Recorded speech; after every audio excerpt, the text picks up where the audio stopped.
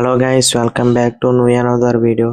ఈ వీడియోలో నేను చనిపోయిన మనిషి యొక్క ఆత్మ గురించి చెప్పబోతున్నా. సో వీడియోలోకి వెళ్ళే ముందు ఎవరైనా లైక్ చేయకపోతే లైక్ చేయండి. ఇంకా ఈ వీడియోని మీ ఫ్రెండ్స్ అండ్ ఫ్యామిలీ మెంబర్స్కి షేర్ చేయకపోతే ఇప్పుడే షేర్ చేయండి. అండ్ ఈ ఛానల్ని ఇంకా ఎవరైనా కొత్తగా చూస్తున్నట్లయితే సబ్స్క్రైబ్ చేసుకోండి. అండ్ అలానే బెల్ నోటిఫికేషన్ కూడా ఆన్లో పెట్టుకోండి, ఎందుకంటే ఇలాంటి మరిన్ని వీడియోస్ మిస్ కాకుండా ఉండడానికి.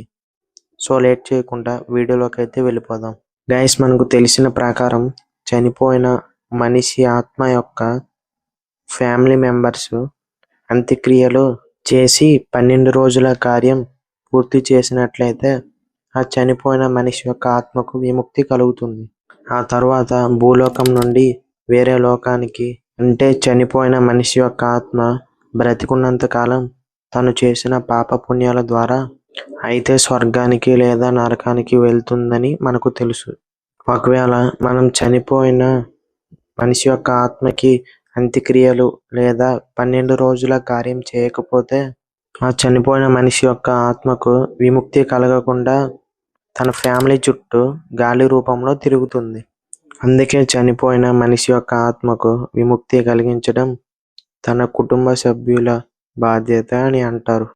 అలానే కొంతమంది మనుషులు ఉంటారు కదా, వాళ్ళ ఆయుష్ తీరిపోకుండా ఆత్మహత్య చేసుకొని చనిపోవడం, లేదా ఏదైనా ఫ్యాన్కి ఊరేసుకొని చనిపోవడం, ఎవరైనా చంపేస్తే చనిపోవడం, అలా జరిగినట్లయితే ఆత్మలకు విముక్తి కలగకుండా అలానే ఆ చనిపోయిన ఆత్మలు ఏమైనా పౌర్ణమి లేదా అమావాస్య నాడు చనిపోయినట్లయితే, అది కూడా రాత్రిపూట చనిపోతే ప్రేతాత్మగా మారి తనను చంపిన వ్యక్తిని చంపినంత వరకు భూలోకంలో ఉండి తన కోరికను తీర్చుకొని వెళ్ళిపోతుంది.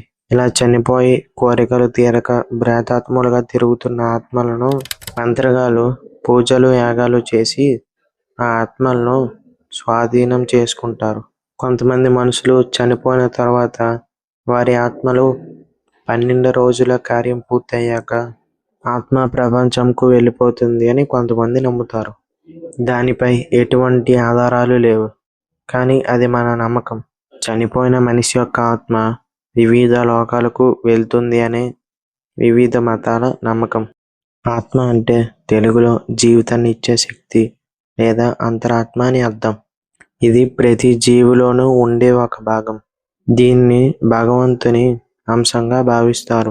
కుల మత వర్గ భేదాలు లేకుండా అన్ని జీవితాల్లోనూ ఆత్మ ఉంటుంది అని నమ్ముతారు. ఇది మంచి చెడు వేరు చేసి మంచి మార్గాన్ని చూపిస్తుంది.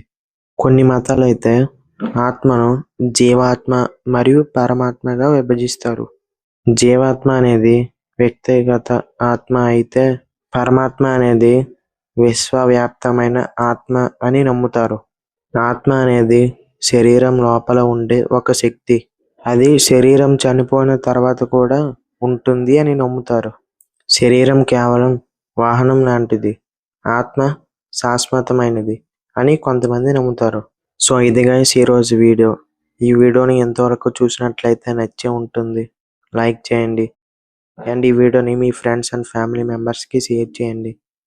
అండ్ అలానే ఈ ఛానల్ని ఇంకా ఎవరైనా కొత్తగా చూస్తున్నట్లయితే సబ్స్క్రైబ్ చేసుకోండి. అండ్ ఇలాంటి మరిన్ని వీడియోస్ మిస్ కాకుండా ఉండాలంటే బెల్ నోటిఫికేషన్ కూడా ఆన్లో పెట్టుకోండి. మరొక కొత్త వీడియోతో మీ ముందుంటా. అంతవరకు బాయ్ బాయ్.